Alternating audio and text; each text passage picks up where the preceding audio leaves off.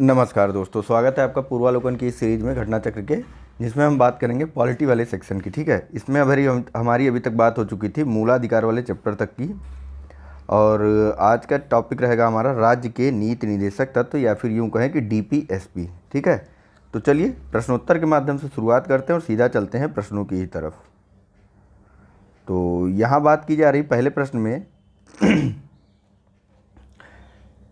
पहले प्रश्न के बारे में बात करने से पहले जो मित्र नए हैं वो हमारे चैनल को सब्सक्राइब कर ले और साथ ही साथ बेल आइकन के निशान को दबाना ना भूले। चलिए शुरुआत करते हैं पहले प्रश्न के साथ। यहाँ पूछा जा रहा है कि राज्य के नीति निर्देशक सिद्धांतों को भारतीय संविधान में शामिल किए जाने का उद्देश्य है। ऑप्शन है ए, राजनैतिक प्रजातंत्र को स्थापित करना। ऑप्शन बी, सामाजिक प्रजातंत्र को स्थापित करना। ऑप्शन सी है कि गांधीवादी प्रजातंत्र को स्थापित करना, अथवा ऑप्शन डी, सामाजिक और आर्थिक प्रजातंत्र को स्थापित करना।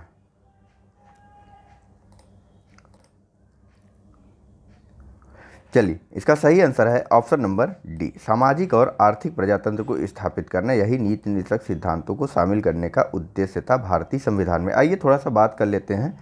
सबसे पहले तो देखिए, नीति निर्देशक सिद्धांत यानी कि डीपीएसपी में बोलूँगा बार बार, तो डीपीएसपी संविधान के भाग 4 में है। किस भाग में? तो संविधान के भाग 4 में डीपीएसपी की बात की गई, या फिर राज्य के नीति निर्देशक तत्वों या सिद्धांतों की बात की गई। संविधान के भाग 4 में अनुच्छेद यानी कि आर्टिकल 36 से लेकर के आर्टिकल 51 तक। ठीक है, आर्टिकल 36 से आर्टिकल 51 तक राज्य के नीति निर्देशक तत्वों की बात की गई, जो कि संविधान के भाग 4 में है।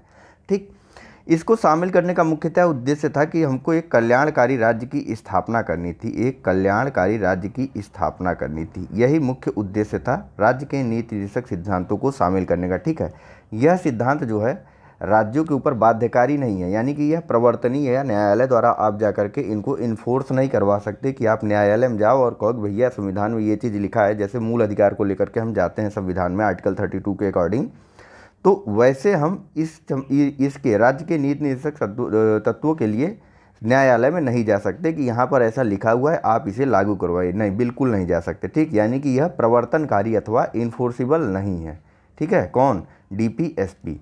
तो यह शामिल क्यों किए गए? यह शामिल किए गए कि राज्य को एक मार्गदर्शन मिलता रहे कि हाँ भैया, आपको अपना संविधान धीरे धीरे इस प्रकार से करना है, अपने राज्य की संपूर्ण व्यवस्था। ठीक है, और जैसे जैसे आप इस मार्ग पर बढ़ते चलेंगे, यानी कि डीपीएसपी के मार्ग पर जैसे जैसे आप बढ़ते चलेंगे, आप एक कल्याणकारी राज्य की तरफ भी बढ़ते चलेंगे। ठीक है, कल्याणकारी।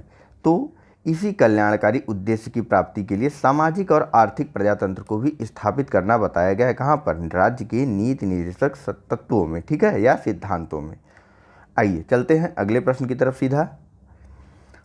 तो यहाँ पूछा जा रहा है कि निम्नलिखित में से कौन एक राज्य के नीति निर्देशक सिद्धांतों का उद्देश्य नहीं है। ठीक, ऑप्शन है ए, एक कल्याणकारी राज्य की स्थापना करना। ऑप्शन बी, सामाजिक आर्थिक न्याय को सुनिश्चित करना। ऑप्शन डी सी, कि एक धार्मिक राज्य की स्थापना करना, अथवा ऑप्शन डी, एक धर्मनिरपेक्ष राज्य की स्थापना करना। चल, इसका सही आंसर है ऑप्शन नंबर सी, एक धार्मिक राज्य की स्थापना करना राज्य के नीति निर्देशक तत्वों का बिल्कुल भी उद्देश्य नहीं है। ठीक है, इनका मुख्य काम है कल्याणकारी राज्य की स्थापना करना, सामाजिक आर्थिक न्याय को सुनिश्चित करना। ठीक है, और धर्मनिरपेक्ष राज्य की बात तो की ही नहीं गई है। और हाँ, हम यहाँ से यह चीज़ लगा सकते हैं अनुमान कि सामाजिक और आर्थिक न्याय अगर पूर्ण रूप से होगा तो धर्मनिरपेक्ष राज्य की स्थापना भी उसी में हो जाएगी। ठीक है, चलिए आइए अगले प्रश्न की तरफ चलते हैं सीधा। तो यहाँ पूछा जा रहा है कि भारत के संविधान के संदर्भ में राज्य के नीति निर्देशक तत्व, पहला कथन है कि विधायिका के कृत्यों पर निर्बंधन करते हैं, और कथन 2 है कि कार्यपालिका के कृत्यों पर निर्बंधन करते हैं। बताना है आपको कि इन दोनों ही कथनों में से कौन सा कथन सही है। ऑप्शन है ए, केवल एक, बी, केवल 2, सी, एक और 2 दोनों, अथवा डी, न तो एक न ही 2। चलिए, इसका सही आंसर है, आपको बताया गया ना कि किसी भी प्रकार से इन्फोर्सिबल नहीं है, न तो एक न ही 2, यह सिर्फ मार्गदर्शक प्रदान कर रहा है। ठीक है, सिद्धांत है, लिखा ही हुआ है सीधे सीधे, राज्य संविधान का सिद्धांत, निदेशक सिद्धांत मतलब आदर्श है। आपको यहाँ पहुँचना है। ठीक है, न कि यह आपको ज़बरदस्ती ले जा रहा है। नहीं, किसी प्रकार का किसी के ऊपर इनके द्वारा निर्बंधन या फिर ज़बरदस्ती नहीं की जाती। ठीक है, चलिए चलते हैं सीधा अगले प्रश्न की तरफ। यहाँ पूछा जा रहा है कि राज्य की नीति के निदेशक तत्वों के बारे में निम्नलिखित कथनों पर विचार कीजिए। पहला कथन है कि ये तत्व देश के सामाजिक आर्थिक लोकतंत्र की व्याख्या करते हैं, और कथन 2 है कि इन तत्वों के अंतर्विष्ट उपबंध किसी न्यायालय द्वारा प्रवर्तनीय या फिर एनफोर्सिबल नहीं है। बताना है कौन सा कथन सही है। ऑप्शन है ए केवल एक, बी केवल दो, सी एक और दो दोनों, या फिर डी न तो एक और न ही दो। चलिए, दोनों ही बातें कई बार आपको बताई गई हैं, तो एक्सप्लेनेशन की भी कोई ज़रूरत नहीं पड़ेगी, ठीक है। यानी कि दोनों ही कथन सही है। यह सामाजिक आर्थिक लोकतंत्र की व्याख्या करते हैं कौन? डीपीएसपी या राज्य के नीति निर्देशक तत्व, और साथ ही साथ यह न्यायालय द्वारा, किसी भी न्यायालय द्वारा प्रवर्तनीय या फिर एनफोर्सिबल नहीं है, ठीक है। आइए चलते हैं अगले प्रश्न की तरफ। तो यहाँ पूछा जा रहा है कि अच्छा, एक चीज़ बताइए कि यह बार बार आप सबको भी पता है कि यह एनफोर्सिबल नहीं है डीपीएसपी, लेकिन ऐसा किस अनुच्छेद में दिया है?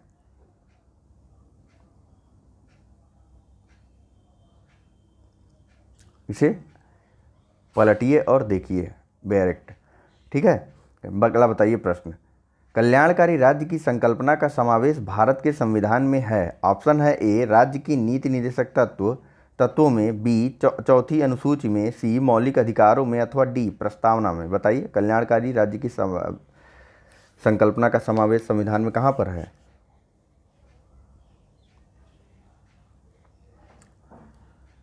चलिए, इसका सही आंसर है ऑप्शन नंबर, ठीक, कल्याणकारी राज्य की संकल्पना का समावेश जो है यह आपके राज्य के नीति निर्देशक तत्वों में स्पष्ट रूप से दिया हुआ है, ठीक है। हालांकि अगर यह ऑप्शन में नहीं रहेगा तो आप प्रस्तावना को भी टिक कर सकते हैं, और हाँ, जहाँ पर दोनों रहे ऑप्शन में, डीपीएसपी और प्रस्तावना या उद्देशिका दोनों ही ऑप्शन में रहे, वहाँ आपको राज्य के नीति निर्देशक तत्वों के साथ जाना है, ठीक है। आइए चलते हैं अगले प्रश्न की तरफ। तो यहाँ पूछा जा रहा है कि संविधान का कौन सा भाग कल्याणकारी राज्य का आदर्श घोषित करता है? ऑप्शन है ए मौलिक अधिकार, बी मौलिक कर्तव्य, सी प्रस्तावना, अथवा डी राज्य के नीति निर्देशक तत्व। सेम प्रश्न है, सेम आंसर होगा ऑप्शन नंबर डी राज्य के नीति निर्देशक तत्व, ठीक है। चलिए सीधा चलते हैं अगले प्रश्न पे। यहाँ भी वही चीज़ पूछा जा रहा है कि भारत के कल्याणकारी राज्य होने का विचार पाया जाता है। ऑप्शन है ए संविधान की प्रस्तावना में, बी मौलिक अधिकारों में, सी राज्य के नीति निर्देशक तत्वों में, अथवा डी ए और सी दोनों में। चलिए, अभी आपको बताया गया कि प्रस्तावना में भी बात की गई है और नीति निर्देशक तत्वों में भी बात की गई, यानी कि सही आंसर क्या होगा? Option number D. जहाँ पर दोनों रहे और ये ऑप्शन ना रहे, डी ना रहे, वहाँ पर आपको डीपीएसपी के साथ जाना है, और जहाँ पर यह भी ना रहे वहाँ पर आपको इसके साथ जाना है, ठीक है। उद्देशिका के बारे में पूरा एक टॉपिक ही अलग से एक लेक्चर बना हुआ है, आप वहाँ पर जाकर के और अच्छे से समझ सकते हैं। चलिए हम चल रहे हैं सीधा अगले प्रश्न की तरफ। देखिए, जैसे जैसे हम आगे बढ़ेंगे वैसे वैसे चीज़ों के बारे में जिनके बारे में पहले चर्चा की जा चुकी है उनको छोड़ा जाएगा, क्योंकि तभी ना हम पूरा syllabus with in time complete कर पाएंगे भाई। और एक ज़रूरी चीज़ और कि मे भी लेक्चर मिलते मिलते आपको थोड़ा टाइम लग जाएगा आज, तो इस कारण से जो यूपीएससी का टेस्ट वो चल रहा है, सॉल्व पेपर का डिस्कशन, हो सकता है आज आपको ना मिले। अगर ज़्यादा लेट होता है यह लेक्चर मिलने में, तो यह लेक्चर यूपीएससी वाला लेक्चर आपको कल सुबह सुबह मिल जाएगा, ठीक है। चलिए,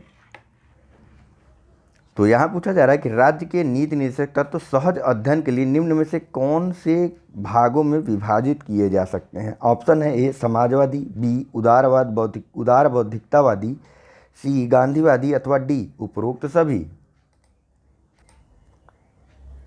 चलिए, इसका सही आंसर है ऑप्शन नंबर डी उपरोक्त सभी में, ठीक है। नीति निर्देशक सिद्धांतों को जो है समाजवादी, उदार बौद्धिकतावादी, गांधीवादी, फेबियनवादी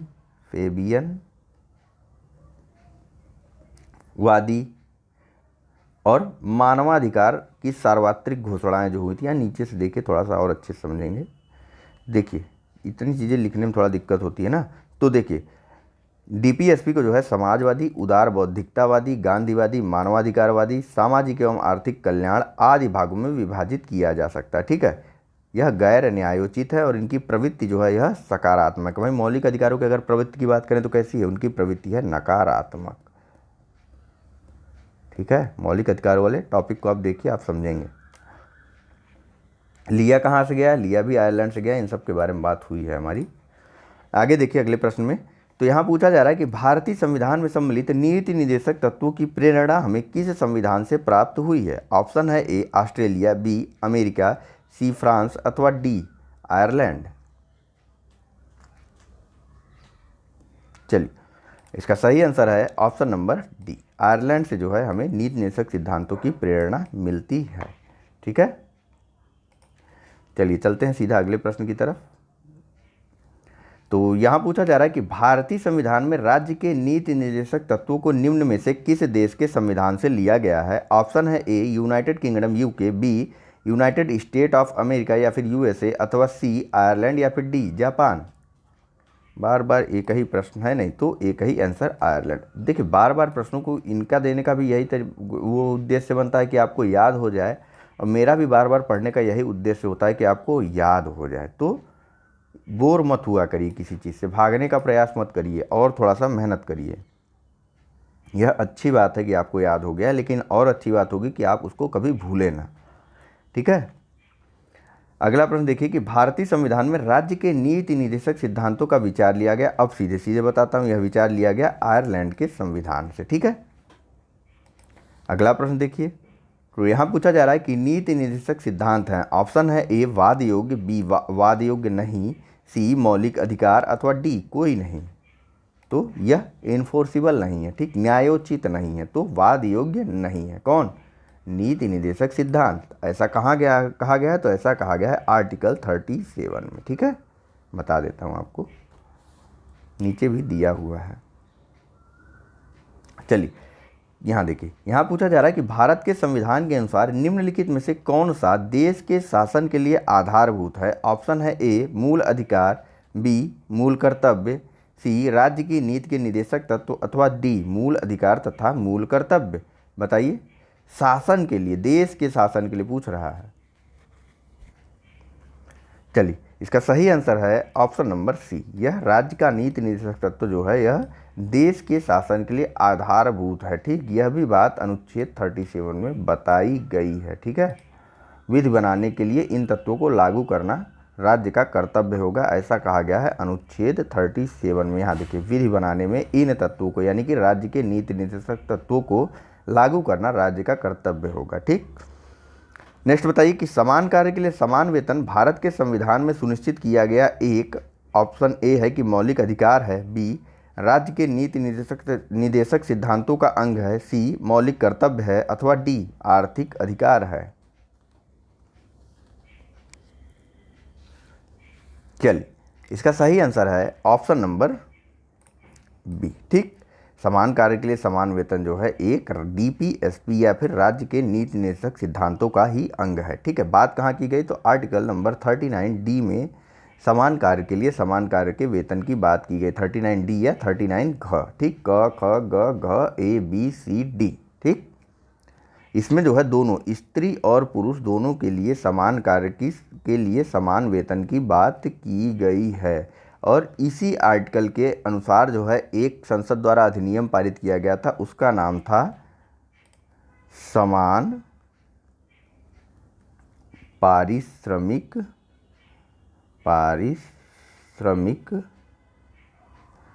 अधिनियम। कब पारित किया गया था यह अधिनियम, तो यह अधिनियम पारित किया गया था 1976 में। थोड़ा थोड़ा जानते रहिए, आसानी होगी जब आप मेंस की आंसर राइटिंग करेंगे। ठीक है, यानी कि आर्टिकल नंबर 39 डी के अनुसरण में ही यह अधिनियम पारित किया गया था, समान पारिश्रमिक अधिनियम 1976 में ही। ठीक है, चलिए अगले प्रश्न पे चलते हैं सीधा। तो यहाँ पूछा जा रहा है कि निम्नलिखित में से कौन एक मौलिक अधिकार नहीं है। ऑप्शन है ए उत्पीड़न के खिलाफ अधिकार, बी समान काम के लिए समान वेतन, सी कानून के समक्ष बराबरी अथवा डी धर्म पालन की स्वतंत्रता का अधिकार। चलिए, सीधा आंसर है, अभी बात हुई यह डीपीएसपी है। ठीक, समान काम के लिए समान वेतन। बाकी अनुच्छेद 14, बताइए इन दोनों अनुच्छेदों के बारे में। मौलिक अधिकारों वाला अगर आपका रह गया हो तो उसे जाइए और वहाँ से चेक करिए, कभी भी कोई चीज़ भूलेगी नहीं आपकी। फिर निम्नांकित देखिए बुक को डिस्कस किया जा रहा है, सिर्फ और सिर्फ एक उद्देश्य है, आपका 3 बार रिवीजन हो। कैसे? एक बार तो वीडियो के माध्यम से, दूसरी बार आप बुक के माध्यम से कंफर्म पढ़िए, फिर तीसरी बार फिर से वीडियो देखिए। इन 3 बारों के अलावा आपको फिर कभी पढ़ने की ज़रूरत ही नहीं पड़ेगी इन चीज़ों के बारे में, ठीक है। बीच बीच में रिवीजन करते चलिए, बस आप सिलेक्शन लेके भाग जाएंगे फटाक से। चलिए यहाँ बताइए, निम्नांकित में से कौन सा राज्य की नीति के निदेशक तत्वों में निहित है? ऑप्शन है ए अपराधों के लिए दोष सिद्धि के संबंध में संरक्षण, बी प्राण और दैहिक स्वतंत्रता का संरक्षण, सी अल्पसंख्यक वर्गों के हितों का संरक्षण, अथवा डी पुरुषों और स्त्रियों दोनों का समान कार्य के लिए समान वेतन हो। चलिए इसका सही आंसर है ऑप्शन नंबर डी, ठीक है। इसमें बता दूं यह आर्टिकल 20 में बताया गया है, यह आर्टिकल 21 में है, यह 29 में, ठीक है। यह 29 में है, यह बताया गया है 21 में, और यह बताया गया है 20 में, ठीक। बाकी यह 39 डी में बात की गई है इसके बारे में, ठीक है। तो समान कार्य के लिए समान वेतन राज्य के नीति निर्देशक तत्वों में निहित अथवा शामिल है। चलिए आइए आगे देखते हैं। ये बताने में कुछ नहीं जाता है, लेकिन जब चीज़ें पूरी डिटेल में बताई गई तो उस पर आपको ध्यान देना चाहिए। लेक्चर स्किप मत करिए कोई भी, सारे लेक्चर बहुत ही इंपॉर्टेंट है। आइए अगला देखते हैं।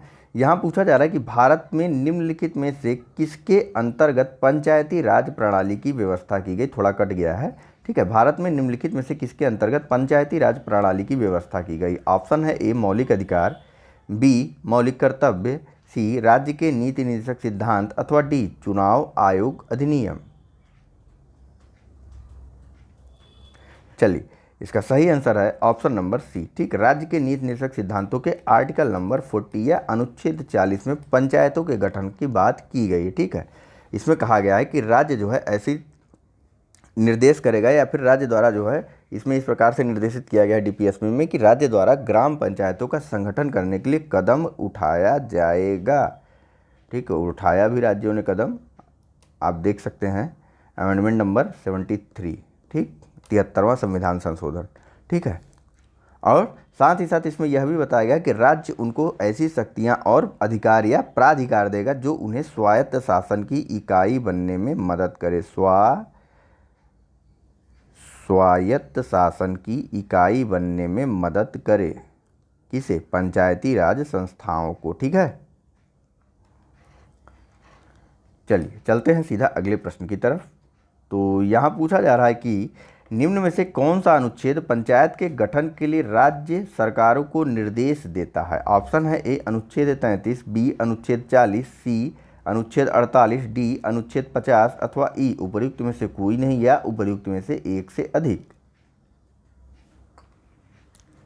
चलिए इसका सही आंसर है ऑप्शन नंबर बी। अभी अभी बात हुई है अनुच्छेद 40 में क्या क्या बताया गया है इसके बारे में भी, और यह पंचायती राज के प्रणाली के गठन का भी प्रावधान करता है, ठीक है। बताया क्या गया है कि राज्य द्वारा जो है पंचायती राज प्रणाली के गठन का प्रावधान किया जाएगा, और साथ ही साथ उनको कुछ ऐसी शक्तियां और प्राधिकार भी दिया जाएगा जो उन्हें स्वायत्त शासन की इकाई बनने में मदद करे, ठीक है। चलिए चलते हैं सीधा अगले प्रश्न की तरफ। तो यहाँ भी पूछा जा रहा है कि निम्नलिखित अनुच्छेदों में से कौन एक राज्य सरकार को ग्राम पंचायतों को संगठित करने के लिए निर्देशित करता है? सीधे आंसर बता रहा हूँ, इसका सही आंसर है ऑप्शन नंबर बी अनुच्छेद 40। आइए चलिए फिर अगले प्रश्न की तरफ। तो यहाँ पूछा जा रहा है कि भारत के संविधान के अंतर्गत ग्राम पंचायतों का गठन है ए एक मूल अधिकार, बी मूल कर्तव्य, सी निदेशक सिद्धांत, अथवा डी उक्त में से कोई नहीं। तो आंसर आप सबको पता है, अनुच्छेद 40 कहाँ पर है? नीति निर्देशक सिद्धांत 36 से लेकर के 51 तक संविधान का भाग 4 डीपीएसपी के बारे में बात करता है। डीपीएसपी या निदेशक सिद्धांत यह न्यायालय द्वारा प्रवर्तनीय या फिर इन्फोर्सेबल नहीं है, ठीक। चलिए यह शासन की आधारभूत इकाइयां हैं, यह जानते चलिए, ठीक है। यानी कि कोई भी विधि बनाने से पहले राज्य एक बार इनकी तरफ देखेगा कि हाँ भैया यहाँ पर दिया हुआ है क्या ऐसा कुछ, तो चलो अगर दिया हुआ है तो इसका भी अनुसरण करेंगे अपनी विधि में, ठीक है। नेक्स्ट प्रश्न बताइए कि निम्नलिखित में से कौन सा अनुच्छेद राज्य सरकार को ग्राम पंचायतों का गठन करने के लिए निर्देशित करता है? ऑप्शन है ए अनुच्छेद 32, बी अनुच्छेद 40, सी अनुच्छेद 48, अथवा डी अनुच्छेद 51। सीधा आंसर अनुच्छेद 40, ठीक। चलिए अगला प्रश्न देखिए, यहाँ पर मैच कराने वाला है। चूंकि मैच कराने वाले प्रश्नों को आप स्वयं पढ़ते हैं, मैं नहीं पढ़ता, तो वीडियो को 1 मिनट के लिए पॉज करिए और फटाक से पढ़िए। चलिए अब तक आपने पढ़ लिया होगा, अब मैं बताता हूँ। तो देखिए, अनुच्छेद 40 के बारे में कई बार बात हुई है, ग्राम पंचायतों के गठन की बात की गई है इसमें। वहीं अनुच्छेद 41 में बात की गई कुछ दशाओं में काम पाने, काम, शिक्षा और लोक सहायता पाने का अधिकार अनुच्छेद 41 में है। तो अनुच्छेद 44 समान नागरिक संहिता की बात करता है, ठीक है। और अनुच्छेद 48 में कृषि एवं पशुपालन के गठन का प्रावधान किया गया है, या फिर इसके बारे में उपबंध किए गए हैं, ठीक है। यहाँ नीचे देख लीजिए, फिर से एक बार रिकॉल करते हैं। अनुच्छेद 40 में ग्राम पंचायतों के गठन की बात की गई है। अनुच्छेद 41 में कुछ दशाओं में काम, शिक्षा और लोक सहायता पाने का अधिकार बताया गया है। तो अनुच्छेद 44 में नागरिकों के लिए समान नागरिक संहिता की बात की गई है। वहीं अनुच्छेद 48 में कृषि एवं पशुपालन के गठन का प्रावधान किया गया है, ठीक है। आइए चलते हैं सीधा अगले प्रश्न की तरफ। तो यहाँ पूछा जा रहा है कि नीचे 2 कथन दिए हैं, एक को कथन ए और दूसरे को कारण आर कहा गया। चलिए पहले कथन पढ़ते हैं। तो कथन है कि मनरेगा दर हर परिवार के कम से कम एक सदस्य को वर्ष में 100 दिन का रोजगार दिलाने का प्रावधान करता है। और कारण आर बताया जा रहा है इसका कि रोजगार का अधिकार संविधान के भाग 3 में प्राविधिक है, ठीक, प्राविधित है, ठीक है। अहर मतलब योग्य, ठीक। अब बताइए, रोजगार कारण है कि रोजगार का अधिकार संविधान के भाग 3 में प्राविधित है। बताना है आपको इन ऑप्शंस में से कौन सा सही है। ऑप्शन ए है कि कथन तथा कारण दोनों सही हैं, कारण कथन का सही स्पष्टीकरण है। ऑप्शन बी है कि कथन तथा कारण दोनों सही हैं, परंतु कारण जो है कथन का सही स्पष्टीकरण नहीं है। वहीं ऑप्शन सी है कि कथन सही किंतु कारण गलत है। और ऑप्शन डी है कि कथन गलत किंतु कारण सही है। चलिए, इसका सही आंसर है ऑप्शन नंबर सी, ठीक है। यहाँ पर देखिए, यहाँ पर अधिकार जो है रोजगार का अधिकार, या तो यह जो है रोजगार का अधिकार, अभी हमने बात की ना, कुछ दशाओं में काम और शिक्षा पाने की बात यहाँ कहाँ की गई, अनुच्छेद 41 में, ठीक। और अनुच्छेद 41 कहाँ आएगा, 36 से लेकर के 51 तक के बीच में आएगा, जो कि भाग 4 में आता है। और यह कहाँ पर है, यह इसे क्या बोलते हैं, तो इसे DPSP या फिर राज्य के नीति निदेशक तत्व बोलते हैं। तो अब बताइए, अब यह कथन गलत है कि सही है, भाग 3 में बोल रहा है आ रहा है, तो भैया भाग 3 में नहीं है, ठीक। पहला का कथन तो सही है लेकिन कारण गलत है। भाग 3 में क्या आता है, भाग 3 में मूल अधिकारों की बात की गई है, ठीक है। मूल अधिकार की बात संविधान के भाग 3 में की गई है, ठीक है। चलिए चलते हैं सीधा अगले प्रश्न की तरफ। तो देखिए, यहाँ कुछ मनरेगा के बारे में डिटेल दिया हुआ, तो जान लेते हैं। देखिए, मनरेगा यानी कि राष्ट्रीय ग्रामीण मनरेगा महात्मा गांधी राष्ट्रीय ग्रामीण रोजगार अधिनियम, जिसे शॉर्ट में मनरेगा बोलते हैं, इसको जो है भारत सरकार द्वारा एक रोजगार गारंटी योजना के रूप में लागू किया गया है वर्ष 2005 से, ठीक है। और इसमें प्रत्येक ग्रामीण परिवारों के उन वयस्क सदस्यों को 100 दिन का रोजगार उपलब्ध कराया जाता है, जो कि सांविधिक, ठीक, यानी विधि द्वारा अधिनियमित जो चीज़ें हैं, विधि द्वारा अधिनियमित जो मजदूरी बताई गई, न्यूनतम मजदूरी, उस मजदूरी पर कार्य करने के लिए अकुशल मजदूरी करने के लिए तैयार हो, ठीक। मतलब कोई स्पेशल एक्सपर्ट की ज़रूरत नहीं है, अकुशल लोग होते हैं, ठीक है। इनकी एक न्यूनतम मजदूरी तय कर दी जाती है, और यह उस मजदूरी पर अगर जो व्यक्ति कार्य करने के लिए तैयार है, तो उसके लिए यह मनरेगा स्कीम बनाई गई है। उसे वर्ष में, एक वित्तीय वर्ष में उसे 100 दिन का रोजगार मिलेगा, ठीक है। और यह जो है भाग 4 के अनुच्छेद 41 के अंतर्गत बनाया गया है, अधिनियम है। चलिए अगला देखिए, राज्य के नीति निर्देशक सिद्धांतों के निम्नलिखित अनुच्छेदों में से कौन सा अंतर्राष्ट्रीय शांति और सुरक्षा के संवर्धन से संबंधित है। चलिए, इसका सही आंसर है ऑप्शन नंबर ए, ठीक। अनुच्छेद 51 आर्टिकल, मैंने ऑप्शन नहीं पढ़ा इस बार, चलिए कोई बात नहीं। इसका सही अनुच्छेद है, ऑप्शन है ऑप्शन नंबर ए, अनुच्छेद 51 में अंतर्राष्ट्रीय शांति और सुरक्षा के संवर्धन की बात की गई है। अभी थोड़ी देर में हम इसके बारे में एक्सप्लेनेशन के माध्यम से देखेंगे, ठीक है। एक जगह और प्रश्न आएगा, वहाँ पे देखेंगे, तो थोड़ा डिटेल में वहाँ पर दिया हुआ है। यहाँ पर तो बता दिया गया सभी अनुच्छेदों के बारे में, तो उसे देख लीजिए कि 51 में तो अंतर्राष्ट्रीय शांति और सुरक्षा के संवर्धन से संबंधित है। 41 में कुछ दशाओं में काम, शिक्षा और लोक सहायता पाने का अधिकार है। 43 का में क्या है, उद्योग के प्रबंधन में कर्मकारों के भाग लेने का अधिकार है, ठीक है। यानी कि कोई आपका उद्योग या फिर फैक्ट्री या फिर संगठन या संस्था है, यहाँ पे जो कर्मचारी काम कर रहे हैं इनके मैनेजमेंट में भाग लेने का अधिकार इन कर्मचारियों को भी दिया जाता है। ठीक है, यह कहाँ दिया हुआ है? तो यह दिया हुआ है अनुच्छेद 43 क या 43 ए में, आर्टिकल 43 ए में। ठीक है, वहीं 48 क में पर्यावरण संरक्षण तथा संवर्धन और वन्य जीवों की रक्षा की बात करता है अनुच्छेद 48 या 48 ए। ठीक है, पर्यावरण संरक्षण तथा संवर्धन और वन तथा वन्य जीवों की रक्षा की बात। ठीक है, आइए अगले प्रश्न पे चलते हैं। तो यहाँ पूछा जा रहा है कि 42वें संविधान संशोधन द्वारा किस अनुच्छेद के माध्यम से श्रमिकों की प्रबंधन में भागीदारी सुनिश्चित की गई? ऑप्शन है ए अनुच्छेद 38, बी अनुच्छेद 39 ए, सी अनुच्छेद 45 या डी अनुच्छेद 43 ए। चलिए, अभी भी बात हुई है, यह जोड़ा गया है ऑप्शन नंबर डी को। ठीक, यानी कि अनुच्छेद 43 ए को।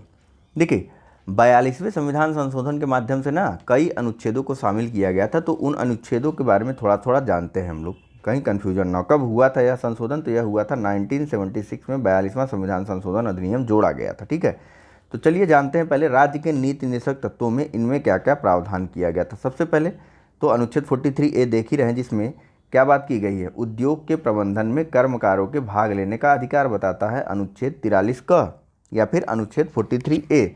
इसके अलावा एक अन्य अनुच्छेद जोड़ा गया, अनुच्छेद 39 च या फिर एफ जिसे कहते हैं। इसमें बात की गई है शोषण से बच्चों और वयस्कों की सुरक्षा की बात करता है। यह शोषण से बच्चों, चिल्ड्रन लिख दे रहा हूँ, एवं वयस्कों की सुरक्षा की बात करता है, जिसे मैं एडल्ट लिख दे रहा हूँ। ठीक है, वयस्कों की सुरक्षा की बात करता है अनुच्छेद 39 एफ। तो वहीं एक और अनुच्छेद जोड़ा गया 42वें संविधान संशोधन के माध्यम से डीपीएसपी में। इस अनुच्छेद का नंबर है अनुच्छेद 39 ए। ठीक, इस अनुच्छेद में क्या बताया गया? इस अनुच्छेद में बताया गया समान न्याय तथा निःशुल्क कानूनी सहायता की बात यह अनुच्छेद करता है। ठीक, समान न्याय और निःशुल्क कानूनी सहायता की बात कौन सा अनुच्छेद करता है? निःशुल्क कानूनी सहायता की बात कौन सा अनुच्छेद करता है? तो यह करता है अनुच्छेद नंबर 39 ए। ठीक, इसके अलावा और अनुच्छेद जोड़ा गया, वह अनुच्छेद था अनुच्छेद 43 आर्टिकल नंबर 43 ए, जो यहाँ पर हमने देखा। ठीक, इसके अलावा एक अन्य अनुच्छेद जोड़ा गया, वह था अनुच्छेद नंबर 48 का क। ठीक, 48 का क। इसमें क्या बात की गई? तो इसमें बात की गई पर्यावरण का संरक्षण, संवर्धन तथा वन एवं वन्य जीवों की रक्षा।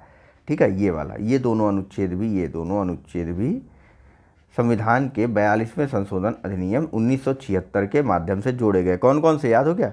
39 एफ, 39 ए और 48 क और 43 ए। ठीक है, चलिए चलते हैं सीधा अगले प्रश्न की तरफ। तो यहाँ बताइए आप लोग, देखिए यहाँ नहीं दिया है, कोई बात नहीं, आगे मिलेंगे ऐसे प्रश्न और पूछे जाएंगे वहाँ पे कि 42वें संविधान संशोधन 1976 के माध्यम से ये जोड़ा गया। आपको बताना है कि सही कौन सा है और गलत कौन सा है। तो चूंकि जहाँ पर आ गया वहीं पर चर्चा करते हुए हम लोग आगे बढ़ते हैं। बताइए यह कि भारत के संविधान में अंतर्राष्ट्रीय शांति और सुरक्षा की अभिवृद्धि का कहाँ उल्लेख है? ऑप्शन है ए संविधान की उद्देशिका में, ऑप्शन बी है राज्य की नीति के निर्देशक तत्वों में, ऑप्शन सी है मूल कर्तव्यों में, या ऑप्शन डी 9वीं अनुसूची में। चलिए, इसका सही आंसर है ऑप्शन नंबर बी, राज्य की नीति निर्देशक तत्वों में अंतर्राष्ट्रीय शांति और सुरक्षा के अभिवृद्धि की बात की गई। ठीक है, पर्टिकुलर आर्टिकल की बात करें तो आर्टिकल नंबर 51 में ऐसी बातें की गई हैं। तो चलिए, चूंकि मैंने वहाँ कहा था कि एक्सप्लेनेशन के माध्यम से भी थोड़ा सा आगे और अच्छे से देखेंगे, क्योंकि इतनी चीज़ें लिखना संभव नहीं है। तो देखिए आर्टिकल 51 क्या क्या प्रावधान करता है, यहाँ देखिए। अब आर्टिकल 51 में बात की जाती है ए में कि अंतर्राष्ट्रीय शांति और सुरक्षा की अभिवृद्धि की। दूसरा बी कि राष्ट्रों के बीच न्याय संगत और सम्मानपूर्ण संबंधों की बनाए रखने की बात की गई, आर्टिकल नंबर 51 डीपीएसपी का। ठीक, तो 51 सी में क्या कहा गया? यहाँ कहा गया कि संगठित लोगों के एक दूसरे से व्यवहारों में अंतर्राष्ट्रीय विधि और संधि, यानी अंतर्राष्ट्रीय संधि और अंतर्राष्ट्रीय लॉ के बारे में जो बाध्यताएं लगी हुई हैं, संधि द्वारा जो बाध्यताएं हैं, इनके लिए आदर बढ़ाने की बात करता है यह आर्टिकल नंबर 51। ठीक, अंतर्राष्ट्रीय विधि, शब्दों पर ध्यान दीजिए, प्रश्न यहीं से फंसते हैं। ठीक, अंतर्राष्ट्रीय विधि और अंतर्राष्ट्रीय संधि की बात कहाँ की गई? अनुच्छेद 51 में बात की गई, यानी कि डीपीएसपी में बात की गई है। ठीक है, वहीं 51 के डी में क्या कहा गया है कि अंतर्राष्ट्रीय विवादों के मध्यस्थता यानी कि आर्बिट्रेशन की बात कहाँ की गई है, आर्बिट्रेशन की बात की गई है आर्टिकल नंबर 51 में, ठीक है, के द्वारा निपटाने को प्रोत्साहन देने का प्रयास करेगा कौन, राज्य, ठीक है। आर्बिट्रेशन, अंतर्राष्ट्रीय विधि, अंतर्राष्ट्रीय संधि बाध्यताओं, इन तीनों की बात कहाँ की गई, इन तीनों की बात की गई अनुच्छेद 51 में। तो वहीं अंतर्राष्ट्रीय शांति और सुरक्षा की वृद्धि अनुच्छेद 51 और राष्ट्रों के बीच न्याय संगत और सम्मानपूर्ण संबंधों को बनाए रखने की बात अनुच्छेद 51 में की गई है, ठीक है। चलिए अगला प्रश्न देखिए। तो यहाँ पूछा जा रहा है कि भारतीय संविधान का कौन सा भाग अंतर्राष्ट्रीय शांति और सुरक्षा के प्रति राज्य के उत्तरदायित्व का उल्लेख करता है। ऑप्शन है ए मौलिक अधिकार, बी मौलिक कर्तव्य, सी राज्य की नीति के निर्देशक सिद्धांत अथवा डी संविधान की प्रस्तावना। अभी अभी बात हुई है, यह बात होती है अनुच्छेद 51 राज्य के नीति निर्देशक तत्वों के अंतर्गत, ठीक है। चलिए चलते हैं सीधा अगले प्रश्न की तरफ। तो यहाँ पूछा जा रहा है कि भारत की विदेश नीति का संबंध कौन से अनुच्छेद से है, बताइए। ऑप्शन ए अनुच्छेद 380, ऑप्शन बी अनुच्छेद 312, ऑप्शन सी अनुच्छेद 60 या फिर ऑप्शन डी अनुच्छेद 51। बात हुई ना अनुच्छेद 51 या आर्टिकल 51, ठीक है। नेक्स्ट चलते हैं। यहाँ पर पूछा जा रहा है कि संविधान के किस अनुच्छेद के द्वारा उद्योगों के प्रबंधन में कर्मकारों की भागीदारी का प्रावधान किया गया है। ऑप्शन दिया हुआ है ए अनुच्छेद 43, बी अनुच्छेद 43 ए या फिर सी अनुच्छेद 45 अथवा डी अनुच्छेद 47। चलिए बात हुई ना हमारी आपकी अनुच्छेद 43A में बात की गई है कि उद्योगों के प्रबंधन में भी जो वहाँ काम करने वाले कर्मचारी हैं इनकी भागीदारी धीरे धीरे राज्य द्वारा सुनिश्चित की जाएगी, ठीक है, कि इनके मैनेजमेंट में इनकी भी कुछ भागीदारी हो, ठीक है, मैनेजमेंट या प्रबंधन में कर्मचारियों की भी कुछ भागीदारी हो। ऐसा 42वें संविधान संशोधन अधिनियम के माध्यम से भी जोड़ा गया है। इसे कब जोड़ा गया, 42वें संविधान संशोधन अधिनियम के माध्यम से जोड़ा गया था उद्योगों के प्रबंधन में कर्मकारों की भागीदारी का प्रावधान, आर्टिकल नंबर 43 क। सब कुछ याद रहना चाहिए, एक शब्द भी भूलना नहीं चाहिए ना, दिमाग से उतरना चाहिए। नेक्स्ट प्रश्न बताइए कि निम्नलिखित में से कौन संविधान के 42वें संशोधन द्वारा नीति निर्देशक तत्वों में नहीं जोड़ा गया, आ गया ना, नहीं जोड़ा गया, कौन सा बताइए आप। ए शोषण से बच्चों एवं वयस्कों की सुरक्षा, बी समान न्याय तथा निःशुल्क कानूनी सहायता, सी समान आचार संहिता अथवा डी उद्योगों के प्रबंधन में श्रमिकों की भागीदारी। चलिए इसका सही आंसर है ऑप्शन नंबर सी समान आचार संहिता या फिर समान नागरिक संहिता, ठीक। यह जो है अनुच्छेद 44 में है जो कि मूल संविधान का ही भाग था, इसे बाद में नहीं जोड़ा गया, ठीक है। बाकी अनुच्छेद किसमें, शोषण से बच्चों एवं वयस्कों की रक्षा की बात कहाँ की गई, यह बात की गई है अनुच्छेद 39F में बात की गई है इसकी, और समान न्याय एवं निःशुल्क कानूनी सलाह की बात अनुच्छेद 39A करता है, ठीक। और उद्योगों के प्रबंधन में श्रमिकों की भागीदारी की बात आर्टिकल 43A करता है, ठीक। और यह तीनों ही जोड़े गए 42वें संविधान संशोधन अधिनियम के माध्यम से 1976 में, ठीक है। 76 ही था ना, 42वां संविधान संशोधन, हाँ 76 में ही जोड़े गए थे, ठीक है। चलिए नेक्स्ट प्रश्न का जवाब दीजिए। तो यहाँ पूछा जा रहा है कि संविधान के 42वें संशोधन द्वारा निम्नलिखित में से कौन सा सिद्धांत राज्य की नीति के निर्देशक तत्वों में जोड़ा गया था। ऑप्शन है ए, फिर से वही सेम प्रश्न रिपीट हो रहा है, बस ऑप्शन अलग है, देख रहे हैं, सारी चीज़ें जानना जरूरी हैं, वैसे अब तक आपको रट गया होगा। चलिए बताइए, ऑप्शन ए पुरुष और स्त्री दोनों के लिए समान कार्य का समान वेतन, बी उद्योगों के प्रबंधन में कामगारों की सहभागिता, सी काम शिक्षा और सार्वजनिक सहायता पाने का अधिकार, और डी श्रमिकों के लिए निर्वाह योग्य वेतन एवं काम की मानवीय दशा सुरक्षित करना।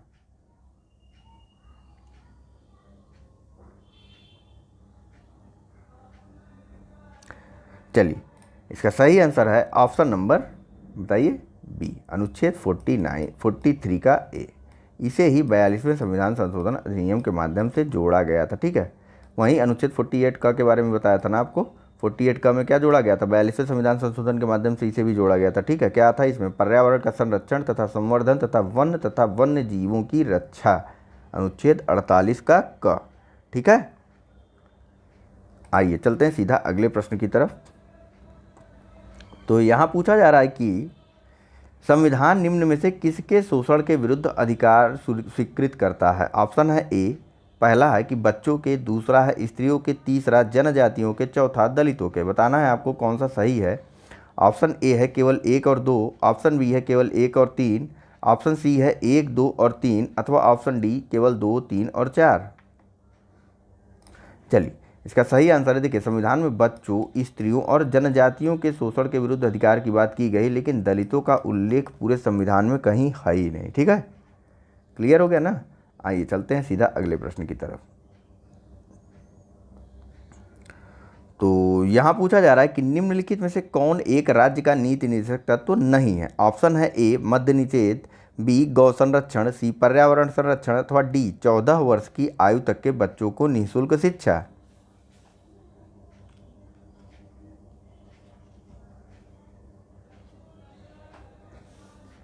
चलिए, इसका सही आंसर है ऑप्शन नंबर डी। ठीक, यह जो है पहले, यानी कि कब, 86वें संविधान संशोधन, ठीक 42वें नहीं, 86वें संविधान संशोधन के पहले जो है यह भाग था डीपीएसपी का। कब हुआ था यह संशोधन? यह हुआ था 2002 में, यह अमेंडमेंट हुआ था। इसके पहले यह भाग था, लेकिन बाद में अब यह क्या हो गया, 86वें संविधान संशोधन अधिनियम के माध्यम से इसको मौलिक कर्तव्य बना दिया गया। ठीक है, पहले यह कहाँ था, तो पहले यह अनुच्छेद 45 में था। ठीक, लेकिन बाद में इसे मौलिक कर्तव्य बना दिया गया और अनुच्छेद 45 में एक नया और चीज़ जोड़ दिया गया कि अब वह जो है, यहाँ पर बात की गई है 6 से 14 वर्ष तक की बच्चों की। ठीक है, तो अब 6 से पहले यानी कि 6 से कम आयु के जो बच्चे हैं या शैशव पूर्व देखभाल की बात की गई है डीपीएसपी में। ठीक है, इनकी शिक्षा और इनकी देखभाल का काम अनुच्छेद 45 के तहत डीपीएसपी में आता है 86वें संविधान संशोधन अधिनियम 2002 के माध्यम से। लेकिन 14 वर्ष की आयु तक के बच्चों के बारे में अगर बात करें तो यह आता है मौलिक अधिकारों के संख्या अनुच्छेद 21 के क या फिर 21A में। ठीक है, 21A में। बात कर लेते हैं और कुछ ऑप्शन जो यहाँ पे दिए हुए हैं। तो देखिए, मद्य निषेध की बात जो की गई, इसमें जो है प्रावधान क्या किया गया, सीधे सीधे देखिए इसमें बताया गया कि औषधीय प्रयोजनों को छोड़ करके, मतलब अगर दवा के रूप में अगर किसी चीज़ को दिया जा रहा है तो इन चीज़ों को छोड़ करके सभी प्रकार के मादक पदार्थों पर राज्य जो है प्रतिबंध लगाएगा। ठीक है, औषधीय प्रयोजनों या दवा के उपयोग को छोड़ करके सभी प्रकार की हानिकारक औषधियों के ऊपर राज्य द्वारा प्रतिबंध लगाया जाएगा। ऐसी बातें कही गई हैं मद्य निषेध, अथवा यूँ कहें सीधे सीधे तो मद्य निषेध की बात सीधे सीधे की गई है आर्टिकल नंबर 47 में। तो गौ संरक्षण पे अगर चलते हैं, गौ संरक्षण की बात कहाँ आई, गौ संरक्षण की बात आ गई आपकी अनुच्छेद नंबर 48 में। ठीक, अनुच्छेद 48 में बताया गया कि जो दुधारू पशु हैं, यानी कि जो दूध देने वाले पशु हैं, उनके लिए राज्य उनका संरक्षण करेगा और साथ ही साथ उनके विकास में अपना योगदान भी करेगा। ऐसी बातें कहाँ की गई, अनुच्छेद 48 में। पर्यावरण संरक्षण की बात बार बार हो रही है, यह बात की गई है अनुच्छेद 48 क या फिर ए में। इसे जोड़ा गया था 42वें संविधान संशोधन अधिनियम 1976 के माध्यम से। ठीक है, क्या बात कही गई थी इसमें, तो इसमें कहा गया था कि पर्यावरण का संरक्षण तथा संवर्धन और वन तथा वन्य जीवों की रक्षा। ठीक है, याद रहना चाहिए भाई, देखिए बात बताऊं साफ, भूलना नहीं चाहिए। नेक्स्ट बताइए कि निम्नलिखित में से कौन सा राज्य का नीति निर्देशक तत्व नहीं है। ऑप्शन है ए, मादक पेयों के उपयोग का निषेध करना, बी, गायों और बछड़ों के वध का निषेध करना, सी, पर्यावरण का संरक्षण तथा संवर्धन करना, और डी, 16 वर्ष की आयु तक के बच्चों की निःशुल्क शिक्षा। चलिए, इसका सही आंसर ऑप्शन डी है। 16 वर्ष तक की तो बात कहीं नहीं की गई, ना मौलिक अधिकार में ना फिर डीपीएसपी में। डीपीएसपी में 6 वर्ष तक के आयु तक के बच्चों की बात की गई है। ठीक, और 6 से 14 वर्ष तक के आयु के बच्चों की बात कहाँ की गई, तो यह की गई है फंडामेंटल राइट्स में। ठीक है, यानी कि मौलिक अधिकारों में बात की गई, अनुच्छेद नंबर इसमें आता है 6 से 14 वर्ष की आयु तक के बच्चों के लिए बात की गई अनुच्छेद 21 क में, जो कि मौलिक अधिकारों के तहत आता है। वहीं 6 वर्ष से कम आयु तक के बच्चों की बात, यानी शैशव पूर्व देखभाल, शैशव पूर्व देखभाल की बात की गई है आर्टिकल नंबर 45 में। यह संशोधन कब किया गया था, यह सभी संशोधन किए गए थे 86वें संविधान संशोधन अधिनियम 2002 के माध्यम से। ठीक है, चलिए अगले प्रश्न का जवाब दीजिए। तो यहाँ पूछा जा रहा है कि राज्य के नीति निर्देशक सिद्धांत किस प्रकार मौलिक अधिकारों से भिन्न है। ऑप्शन है ए, पूर्वोक्त, यानी कि राज्य के नीति निर्देशक सिद्धांत सरकार के लिए तथा उत्तरोक्त राज्यों के लिए। बी, देखिए आईएएस का प्रश्न है इसलिए इसी भांति पढ़ूँ तो थोड़ा आपको इन सब शब्दों से रूबरू होने का या फिर सामना होगा तो मज़ा आएगा आपको भी। बी है कि पूर्वोक्त संविधान का अंश नहीं है और जबकि उत्तरोक्त है। सी है कि निर्देशक सिद्धांत प्रवर्तनीय है जबकि मौलिक अधिकार प्रवर्तनीय नहीं है। और डी है कि उपर्युक्त में से कोई नहीं। देखिए अब बताता हूँ, पूर्वोक्त ये हो गया, उत्तरोक्त ये हो गया। पहले इसकी बात की गई, बाद में इसकी बात की गई। जो पहले बात की गई वह पूर्व में, जो बाद में बात की गई वह उत्तर में। ठीक, अब बताइए। चल, सही आंसर है इसका ऑप्शन नंबर सी। ठीक, निर्देशक सिद्धांत प्रवर्तनीय नहीं है ये लिखा है और मौलिक अधिकार प्रवर्तनीय है। हम अनुच्छेद 37 के तहत यह प्रवर्तनीय नहीं है। ठीक, न्यायालय द्वारा इनका इन्फोर्स नहीं करवाया जाता है या फिर न्यायालय द्वारा इनको लागू नहीं करवा सकते हम, जबकि मौलिक अधिकार अनुच्छेद 32 के तहत हम न्यायालय द्वारा लागू करवा सकते हैं। ठीक है, यह कल्याणकारी राज्य के लिए आवश्यक है और यह व्यक्ति के व्यक्तित्व के विकास के लिए आवश्यक है। ठीक है, यानी कि पूर्वोक्त जो है राज्य के कल्याणकारी राज्य के लिए आवश्यक है, वहीं उत्तरोक्त जो है यह व्यक्ति के व्यक्तित्व के विकास के लिए अत्यंत आवश्यक है। ठीक है, चलिए चलते हैं सीधा अगले प्रश्न की तरफ। तो यहाँ पूछा जा रहा है कि निम्नलिखित में से कौन सा राज्य की नीति निर्देशक तत्वों में शामिल है। ऑप्शन है ए, मानव के दुर्व्यापार और बलात्श्रम का प्रतिषेध। और कथन 2 है कि मादक पेयों और स्वास्थ्य के लिए हानिकारक औषधियों के औषधीय प्रयोजन से भिन्न उपभोग का प्रतिषेध। बताना है कौन सा कथन सही है। ऑप्शन है ए, केवल एक, बी, केवल दो, सी, एक और दो दोनों, या फिर डी, न तो एक न ही दो।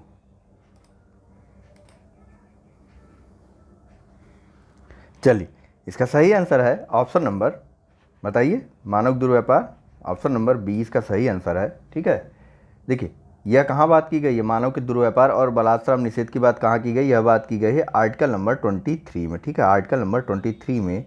तो वहीं मादक पेयों और स्वास्थ्य के लिए हानिकारक औषधीय प्रयोजनों के भिन्न, मादक पेयों और स्वास्थ्य के लिए हानिकारक औषधियों के औषधीय प्रयोजनों से भिन्न उपभोग का प्रतिषेध कहाँ बताया गया है, तो यह बताया गया है आर्टिकल नंबर 47 में। यह डीपीएसपी का भाग है और यह भाग है मौलिक अधिकारों का। ठीक है, चलिए आइए देखते हैं अगले प्रश्न को। तो यहाँ पूछा जा रहा है कि निर्देशक तत्व क्या है। वाद योग्य है, अवाद योग्य है, कठोर हैं और या अथवा डी ऑप्शन लचीले हैं। चलिए, इसका सही आंसर है ऑप्शन नंबर बी। निर्देशक तत्व जो है अवाद योग्य है और न्यायोचित नहीं है, या फिर यूं कहें कि इन्फोर्सिबल नहीं है। ठीक है, या यूं कहें कि प्रवर्तनीय नहीं है। ठीक है, या कहें तो अप्रवर्तनीय है। ठीक है, सारी चीज़ें एक ही बात है, सारी चीज़ें बस शब्दों का खेल है। आइए नेक्स्ट प्रश्न देखते हैं। तो यहाँ पूछा जा रहा है कि भारतीय संविधान में प्रतिष्ठापित राज्य की नीति के निर्देशक तत्वों के अंतर्गत निम्नलिखित प्रावधानों पर विचार कीजिए। पहला है कि भारतीय नागरिकों के लिए समान नागरिक सिविल संहिता सुरक्षित करना। कथन 2 है कि ग्राम पंचायतों को संगठित करना। कथन 3 है कि ग्रामीण क्षेत्रों में कुटीर उद्योगों को प्रोत्साहित करना। कथन 4 है सभी कर्मकारों के लिए यथोचित अवकाश तथा सांस्कृतिक अवसर सुरक्षित करना। अब देखिए प्रश्न, तो यह प्रश्न कह रहा है कि इसमें आपको बताना है कि कौन से गांधीवादी सिद्धांत हैं जो राज्य की नीति के निर्देशक तत्वों के में प्रतिबिंबित होते हैं। ऑप्शन है ए, केवल 1, 2 और 4। ऑप्शन बी है केवल 2 और 3। ऑप्शन सी है 1, 3 और 4 और ऑप्शन डी है 1, 2, 3 और 4, यानी कि सभी चारों।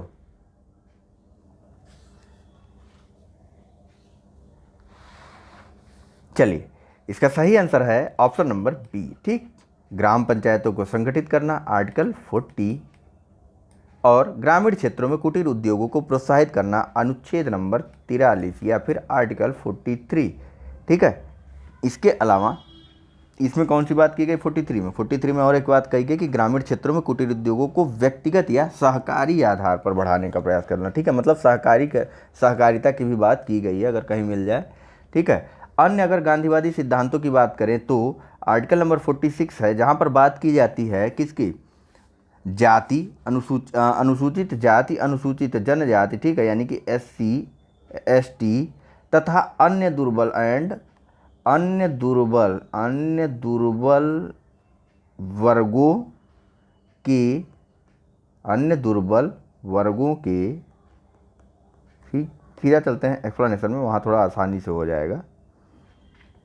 देखिए, अनुसूचित जाति, अनुसूचित जनजाति तथा अन्य दुर्बल वर्गों के शिक्षा अर्थ संबंधी हितों की अभिवृद्धि, यह आर्टिकल 46, यह भी गांधीवादी सिद्धांत है। ठीक है, अनुसूचित जाति, अनुसूचित जनजाति तथा अन्य दुर्बल वर्गों के लिए शिक्षा और अर्थ संबंधी यानी इकोनॉमिकली, ठीक, उनके हितों में अभिवृद्धि करने की बात भी की गई, यह गांधीवादी सिद्धांत है। और कहाँ की गई, तो अनुच्छेद 46 में। ठीक, उसके अलावा जो मादक पेयों पर प्रतिबंध लगाया गया है, नशीली दवाओं, मादक पेयों के औषधीय प्रयोजनों से भिन्न उपभोग पर जो प्रतिषेध लगाया गया यानी कि अनुच्छेद 47, और गाय और बछड़ा तथा अन्य दुधारू पशुओं के वध पर रोक, उनकी नस्लों में सुधार का प्रयास, अनुच्छेद 48। ठीक, कौन कौन से गांधीवादी सिद्धांत है, अनुच्छेद 40, अनुच्छेद 43 और अनुच्छेद 46, अनुच्छेद 47 और अनुच्छेद लास्ट में 48। 48 में बात की गई है गाय और बछड़े तथा अन्य दुधारू पशुओं के वध पर रोक और उनकी नस्लों में सुधार की बात की गई है। 47 में बात की जाती है मादक पेय पदार्थों के औषधीय प्रयोजनों से छोड़ करके अन्य प्रयोगों पर प्रतिबंध की बात की गई है।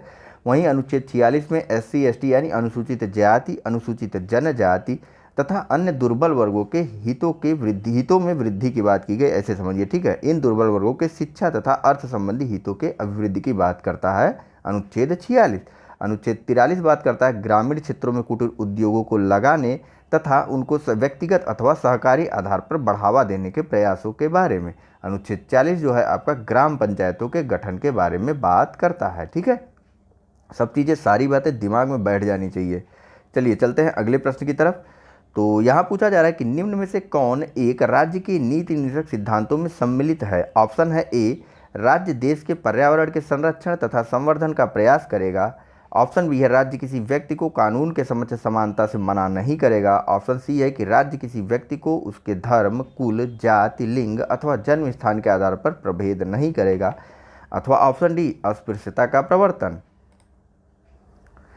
चलिए, इसका सही आंसर है ऑप्शन नंबर ए। ठीक है, राज्य के देश के पर्यावरण का संरक्षण संवर्धन का प्रयास करेगा तथा वन्य जीवों की रक्षा का भी प्रयास करेगा। ठीक, वन और वन्य जीवों की रक्षा का भी प्रयास करेगा, ऐसा बार बार बात की गई, अनुच्छेद 48 क में दिया गया। ठीक, कब शामिल किया गया था, तो 42वें संविधान संशोधन 1976 के माध्यम से इसे शामिल किया गया था। बाकी अन्य चीज़ें यह अनुच्छेद 14 में आता है। ठीक, कानून के समक्ष समानता और धर्म, कुल, जाति, लिंग, जन्म स्थान आदि के आधार पर प्रभेद, बताइए कहाँ पर आएगा, यह भी समानता के अधिकार में ही आएगा। ठीक है, कहाँ पर आएगा बताइए जल्दी करिए, यह आएगा अनुच्छेद 15 में।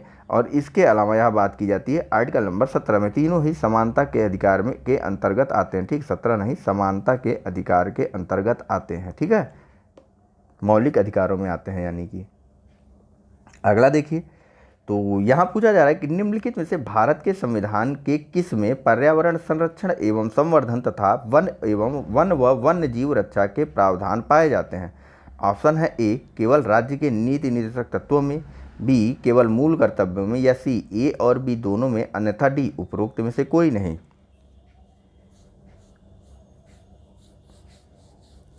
चलिए, इसका सही आंसर है ऑप्शन नंबर सी। ठीक है, दोनों में ही यह बातें की गई। ठीक है, आर्टिकल 48 में यह बात की गई, 48A में या 48 क में बात की गई है, 48 क में यह बात की गई। राज्य का यह कर्तव्य बताया गया है, तो मूल कर्तव्यों के 51, जो मूल कर्तव्य कहाँ है, अनुच्छेद 51A, ठीक, या फिर 51 क, यहाँ पर मूल कर्तव्य दिया गया है। तो इसमें बात की गई, यह भी 42वें संविधान संशोधन के माध्यम से जोड़ा गया था। ठीक है, तो इसमें बात की गई है कि भारत के प्रत्येक नागरिक का यह कर्तव्य होगा कि वह प्राकृतिक पर्यावरण की, जिसके अंतर्गत वन, झील, डिटेलिंग देखें ना तो आप डिफरेंस समझ जाएंगे। कभी कभी प्रश्नों में कंफ्यूज करने के लिए ऐसे पूछ देता है, तो डिटेलिंग थोड़ा थोड़ा शब्दों पर ध्यान दिया करिए।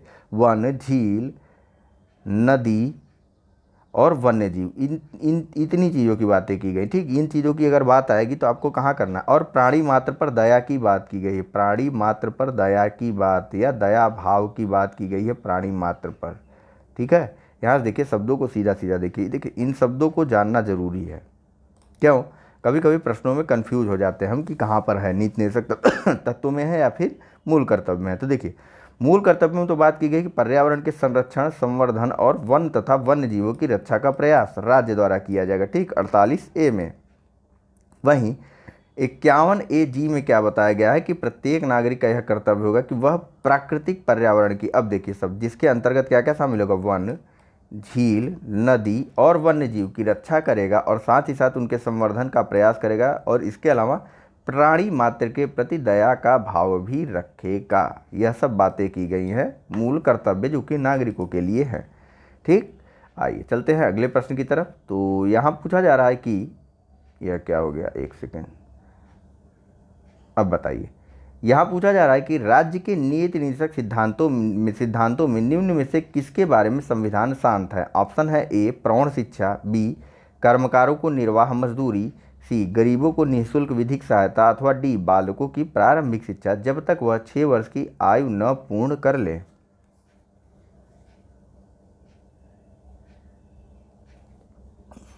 चलिए, इन सब के बारे में बात हो चुकी है। यह कहाँ दिया गया, यह दिया गया अनुच्छेद 43 में। ठीक, यह कहाँ दिया गया, गरीबों को निःशुल्क विधिक सहायता, गरीबों को निःशुल्क विधिक सहायता दिया गया है अनुच्छेद 39A में। और बालकों के लिए प्रारंभिक शिक्षा यानी 6 वर्ष से पूर्व अथवा शैशव पूर्व देखभाल की व्यवस्था कहाँ की गई है, तो यह 86वें संविधान संशोधन के माध्यम से अनुच्छेद 45 में की गई है। संविधान मौन है तो किस पर, प्रौढ़ शिक्षा के विषय पर संविधान मौन है। ठीक है, या फिर यूं कहें कि इसके प्रावधान संविधान में शामिल नहीं है। आइए चलिए चलते हैं सीधा अगले प्रश्न की तरफ। तो यहाँ पूछा जा रहा है कि निम्नलिखित में से कौन सा एक राज्य का नीति निदेशक सिद्धांत संविधान में बाद में जोड़ा गया। ऑप्शन है ए ग्राम पंचायतों का संगठन, बी गोवध निषेध, सी मुफ्त कानूनी सलाह, अथवा डी समान नागरिक संहिता। चलिए, सही आंसर क्या होगा, मुफ्त कानूनी सलाह। आर्टिकल नंबर 39, कौन सा 39, 36 लिख रहा हूँ, 39A। ठीक है, या यूं कहें 39 का। यह कब जोड़ा गया, 42वें संविधान संशोधन के माध्यम से 1976 के माध्यम से जोड़ा गया था। ठीक है, और कौन कौन से अनुच्छेद जोड़े गए थे अगर आपको बताना हो तो पूछ लिया जाए कहीं पे, तो आप क्या बताएंगे। और जोड़े गए थे, सीधा अनुच्छेद खाली बताऊंगा मैं। ठीक है, अनुच्छेद 39F या च, जिसमें बात की गई थी शोषण से बच्चों एवं वयस्कों की सुरक्षा की, यह भी जानते चलिए। बात और क्या जोड़ा गया था, सामान्य न्याय तथा निःशुल्क विधिक सहायता अनुच्छेद 39D या घ।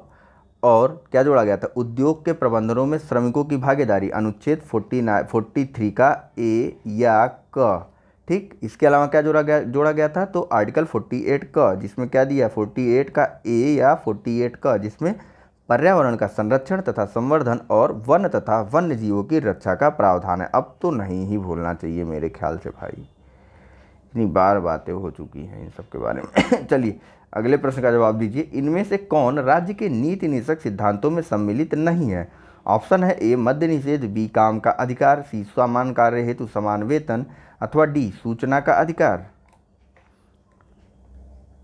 चलिए, इतनी देर से हम बात कर रहे हैं, कहीं सूचना के अधिकार की बात हुई हमारी, नहीं ना। तो भैया सूचना का अधिकार जो है यह DPSP में नहीं दिया हुआ है। ठीक है, इसे आप आर्टिकल नंबर 19 के ए के तहत मौलिक अधिकारों के रूप में देख सकते हैं, हालांकि वहाँ पर भी इसका स्पष्ट रूप से बात नहीं किया गया है।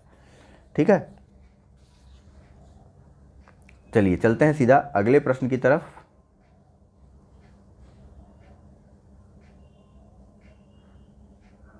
तो यहाँ पूछा जा रहा है कि निम्नलिखित में से कौन सा नीति निर्देशक तत्व है। ऑप्शन है ए समान नागरिक संहिता, बी प्रेस की स्वतंत्रता, सी धर्म की स्वतंत्रता, अथवा डी विधि के समक्ष समानता।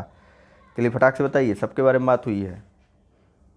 चलिए, इसका सही आंसर है ऑप्शन नंबर ए। ठीक, समान नागरिक संहिता article number 44 common civil code जिसे बोलते हैं, या फिर आचार संहिता जिसे बोल रहे हैं आप लोग। समान आचार संहिता, आचार संहिता नहीं, समान आचार संहिता भी बोलते हैं इसको कहीं कहीं पर।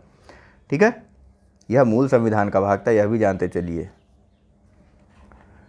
आइए अगले प्रश्न की तरफ चलते हैं। तो यहाँ पूछा जा रहा है कि निम्नलिखित में राज्य के नीति निदेशक सिद्धांतों के विषयों की पहचान करना है, हमको बताना है। पहला है मद्य निषेध, दूसरा फैक्ट्रियों एवं खानों में बाल श्रम का निषेध, तीसरा बेगार अथवा बाल श्रम निषेध, चौथा अस्पृश्यता निषेध। बताना है कूट का प्रयोग करके सही उत्तर कौन सा है, या फिर कौन सा नीति निदेशक सिद्धांतों में दिया हुआ है। ऑप्शन है आपके पास, ऑप्शन ए 1 और 2, ऑप्शन बी 1, 2 और 3, ऑप्शन सी केवल 1, अथवा ऑप्शन डी 2, 3 या 4।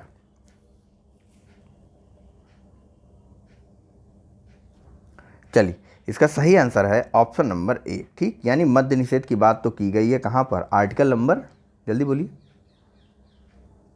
मद्य निषेध की बात की गई है आर्टिकल नंबर 47 में। ठीक है, अनुच्छेद 47 में बात की गई है मद्य निषेध की। ठीक है, इसके अलावा फैक्ट्रियों एवं कारखानों में बाल श्रम का निषेध की बात कहाँ पर की जाती है? तो फैक्ट्रियों एवं कारखानों में बाल श्रम के निषेध की बात की जाती है आर्टिकल नंबर 24 में। बेगार एवं बालाश्रम का निषेध की बात कहाँ की जाती है? यह की जाती है 23 में। अस्पृश्यता का निषेध 17 में। ठीक है,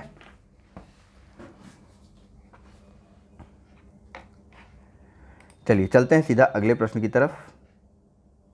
तो यहाँ पूछा जा रहा है कि निम्न में से कौन एक राज्य की नीति निषेध तत्वों में नहीं, बस यहीं तक है 49 तक, राज्य सुनिश्चित करने का प्रयास करेगा कि ऑप्शन ए है पुरुष और महिलाओं को समान कार्य हेतु समान वेतन, बी जीविकोपार्जन हेतु पर्याप्त साधनों का समान अधिकार, सी अस्पृश्यता उन्मूलन, अथवा डी काम हेतु न्याय संगत और मानवोचित दशाओं में रहने का।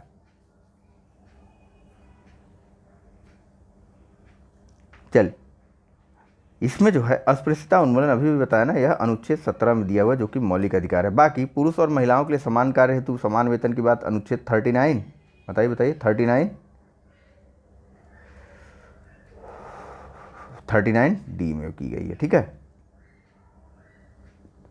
वहीं जीविकोपार्जन हेतु पर्याप्त साधनों पर समान अधिकार की बात कहाँ की गई है? यह बात की गई है 39 ए में। 39 ए में बात की गई जीविकोपार्जन हेतु समान अधिकार, ठीक, पर्याप्त साधनों का समान अधिकार की बात की गई है 39 ए में। और वहीं काम हेतु न्याय संगत और मानवोचित दशाओं में रहें, ऐसी बात कही जाती है आर्टिकल नंबर 42 में या फिर अनुच्छेद 42 में। ठीक है, फिर से बता दूं तो पुरुषों और महिलाओं को समान कार्य हेतु समान वेतन की बात करता है अनुच्छेद 39 डी या फिर घ। वहीं जीविकोपार्जन हेतु पर्याप्त साधनों का समान अधिकार की बात करता है अनुच्छेद 39 ए या 39 ए या फिर 39 क। और काम हेतु न्याय संगत और मानवोचित दशाओं में रहने की बात की जाती है आर्टिकल 42 में। ठीक है, अस्पृश्यता की बात हो चुकी है हमारी। अस्पृश्यता कहाँ दिया हुआ है? तो अस्पृश्यता दिया हुआ है अनुच्छेद 17 में जो कि मौलिक अधिकार है। ठीक, नेक्स्ट बताइए कि राज्य की नीति निषेध सिद्धांत एक ऐसा चेक है जो बैंक की सुविधा अनुसार अदा किया जाता है। किसने कहा था यह कथन? ए बी आर अम्बेडकर ने, बी के एम मुंशी ने, सी डॉक्टर राजेंद्र प्रसाद ने, अथवा डी के टी शाह ने। चलिए इसका सही आंसर है ऑप्शन नंबर डी के टी शाह। देखिए यह लागू नहीं किए जा सकते, हम सबको पता है। ठीक, अब जब लागू नहीं किए जा सकते, आपको कुछ दिया जाए और कह दिया जाए कि आपके पास कोई पाबंदी नहीं, आप इसे लोगों में दीजिए या फिर मत दीजिए, या फिर जब आपकी इच्छा हो तब आप इसे लोगों को दीजिए, हाँ इसे आप इन्हें देते हैं तो इनका पेट भरेगा। ठीक, मान लीजिए कोई टॉफ़ी बिस्कुट आपको दे दी गई और कहा गया कि ठीक है भैया आपकी इच्छा है, आप आगे देते हैं कि नहीं देते हैं और कब देते हैं, यह सब आपके ऊपर डिपेंड करता है। हाँ, आदर्श यही है कि आपको जब मिला है तो आपको सबको देना चाहिए, लेकिन आपने किया क्या? आपने जब आपका मन आया, ठीक, जब आपका मन आया तब आपने इन्हें दिया, इनके मांगने पर इन्हें नहीं दिया, इनको इसे मांगने का अधिकार ही नहीं है तो यह मांगेंगे नहीं। जब आपका मन आया कि चलो अच्छा कुछ दे देते हैं, एक दे देते हैं, बाकी अपने पास रखते हैं। ठीक, तो यही बात की जाती पोस्ट डेटेड चेक की यहाँ पर। ठीक है, कि यह नीति निषेध सिद्धांत क्या है? यह एक ऐसा चेक है जो बैंक की सुविधा अनुसार दिया जाता है। बैंक की इच्छा होगी तो वह देगा, जैसे जैसे उसकी इच्छा करती जाएगी वैसे वैसे वह देता जाएगा। यह कहा था के टी शाह जी ने। ठीक, चलिए अगले प्रश्न का उत्तर दीजिए। यहाँ पूछा जा रहा है कि भारत के संविधान के संदर्भ में निम्नलिखित कथनों पर विचार कीजिए। पहला कि मूल अधिकार, दूसरा मूल कर्तव्य, और तीसरा राज्य की नीति के निर्देशक तत्व। अब आपको बताना है कि भारत सरकार द्वारा आरंभ किए गए राष्ट्रीय सामाजिक सहायता कार्यक्रम के में भारत के संविधान के उपर्युक्त उपबंधों में से कौन सा या से पूरे होते हैं? ऑप्शन है ए केवल 1, बी केवल 3, सी केवल 1 और 3, अथवा डी 1, 2 और 3। ध्यान दीजिए सामाजिक सहायता कार्यक्रम की बात कर रहा है। ठीक है, अब आप बता सकते हैं आराम से, आसानी से। चलिए देखिए, मूल कर्तव्य भी व्यक्तिगत आते हैं, मूल अधिकार भी व्यक्तिगत होते हैं। ठीक है, अब बताइए, एक ही बचता है ना, ऑप्शन नंबर बी सही होगा। ठीक, राष्ट्रीय सामाजिक सहायता कार्यक्रम को 1995 में, ठीक 15 अगस्त 1995 को चालू किया गया था राष्ट्रीय सामाजिक सहायता कार्यक्रम को। ठीक, इसके अंदर कुछ प्रमुख योजनाएं थी, जैसे कौन सी? मुख्यतः इसमें जो है अनुच्छेद 41 पर फोकस किया गया था, जिसमें बात की गई थी बेरोजगारी, वृद्धावस्था आदि के लिए लोक सहायता संबंधी निर्देश दिए गए थे। तो इसमें शामिल मुख्यतः कौन कौन सी योजनाएं थी? NOAPS, ठीक, यानी कि राष्ट्रीय, बताइए, राष्ट्रीय वृद्धावस्था पेंशन योजना। इसके अलावा राष्ट्रीय परिवार लाभ योजना, NFBS, national family benefit scheme. ठीक, और इसके अलावा एक और स्कीम थी NMBS, ठीक, राष्ट्रीय मातृत्व सुरक्षा योजना या मातृत्व लाभ योजना, ठीक है। लेकिन बाद में 1 अप्रैल 2001 से जो है NMBS को इसमें से हटा दिया गया, ठीक है, NMBS को इसमें से हटा दिया गया। अब यह शामिल हो गया है किसमें, जनसंख्या स्थिरीकरण कार्यक्रम में शामिल हो गया। यहाँ देखिए लिखा भी हुआ है, यह देखिए राष्ट्रीय वृद्धावस्था पेंशन योजना NOAPS, राष्ट्रीय परिवार लाभ योजना NFBS, राष्ट्रीय मातृत्व लाभ योजना NMBS, ठीक। लेकिन 1 अप्रैल 2001 से NMBS को जनसंख्या स्थिरीकरण कार्यक्रम का भाग बना दिया गया, ठीक। चलिए अगले प्रश्न की तरफ चलते हैं और आज के लेक्चर के आखिरी प्रश्न की तरफ और साथ ही साथ DPSP के भी अंतिम प्रश्न की तरफ हम आ गए। यहाँ पूछा जा रहा है कि भारतीय संविधान के भाग 4 में दिए गए निर्देशित सिद्धांतों में निम्न में से कौन सा सूचीबद्ध है, ठीक। ऑप्शन है, पहला है समान कार्य के लिए समान वेतन, दूसरा है समान नागरिक संहिता, तीसरा है छोटे परिवारों का मानदंड और चौथा है प्राथमिक स्तर पर मातृभाषा में शिक्षा। आपको बताना है नीचे ऑप्शन में से ऑप्शन है A 1, 2, 3, B 1 और 3, C 2 और 3 अथवा D 1, 2 और 4 अन्यथा E उपरोक्त में से कोई नहीं या उपरोक्त में से एक से अधिक। इन उपरोक्त को मत लिया करिए, इन ऑप्शंस के उपरोक्त की बात होती है। चलिए इसका सही आंसर आप सबको पता है, समान कार्य के लिए समान वेतन की बात की गई है, ठीक है। कहाँ पर की गई है, 39D में। और समान नागरिक संहिता की बात आर्टिकल नंबर 44 में की गई, यह बात कहीं की ही नहीं गई है छोटे परिवार के मानदंड की बात। तो वहीं प्राथमिक स्तर पर मातृभाषा की बात जो है यह राज्य के नीति निर्देशक तत्वों में नहीं है, लेकिन हाँ यह बात की जरूर की गई है संविधान में अनुच्छेद 350 क या फिर अनुच्छेद 350A में, ठीक है। यहाँ पर बात की गई है प्राथमिक स्तर पर मातृभाषा में शिक्षा की बात की गई। हाँ, इसका प्रभाव नीति निर्देशक तत्वों जैसा ही है, यानी कि इसे लागू नहीं करवाया जा सकता है, लेकिन कहने का अर्थ यह है कि यह जो है राज्य पर बाध्यकारी नहीं है अनुच्छेद 350 क या ए, ठीक है। चलिए thank you very much for discussion, और वीडियो में अंत तक बने रहने के लिए भी आप सबका धन्यवाद। और चलते चलते एक लाइक तो बनता है कि नहीं। चलिए धन्यवाद।